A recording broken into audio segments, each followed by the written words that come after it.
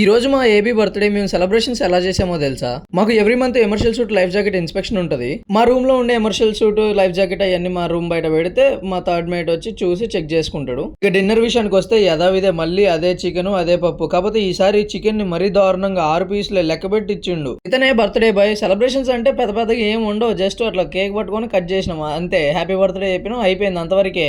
విజయవంతంగా 37 years complete చేసుకొని 38th year లోకి అడుగు పెట్టిండు. ఇంకో సైడ్ చూసుకుంటే soup, pancit palabok, prawns, fried chicken wings, roast chicken, veg spring roll, rice cake, salad. AB birthday సందర్భంగా కోకోకోలా కూడా పెట్టిరు. ఆ కోకోకోలా అతనే కొని బాండ్ స్టోర్ నుంచి అక్కడ పెట్టాలంతే, అదే పార్టీ. మొన్న పరోటా ఇచ్చేసరికి మారిపోయింది మా చీఫ్ కుక్. అబ్బా అనుకున్నా, కానీ తీరా చూస్తే మళ్ళీ యథావిధే చికెన్ పప్పు పెట్టి సావగొడుతుండు. ఈ అమ్మ తిని తిని ఆష్టకొస్తుందిరా బాబు ఈ చికెన్. నాకైతే ఎప్పుడెప్పుడు ఇంటికి వెళ్ళిపోతున్నా అనిపిస్తుంది, కానీ ఏం చేస్తాం, వచ్చినాం కదా, ఉండాలి, పెట్టింది తినాలి, తప్పదిగా. మిక్స్ క్రూలో ఉంటే ఇది ఒక్కటే బాధ, ఫుడ్ విషయం ఒక్కటే. మిగతా వర్క్ పరంగా అంటే ఏ ఇబ్బంది ఉండదు, కానీ ఫుడ్ దగ్గరికి వచ్చేసరికి కొంచెం ఇబ్బంది పడాలి. అన్ని షిప్పుల్లో ఇలా ఉండదు, కొన్ని షిప్పుల్లో మాత్రమే ఉంటది. అది డిపెండ్ అయి ఉంటది క్రూ మీద. మళ్ళీ నెక్స్ట్ వీడియోలో కలుద్దాం. అప్పటివరకు సబ్స్క్రైబ్ చేసి ఇన్స్టా ఫాలో చేసి పెట్టుకోండి.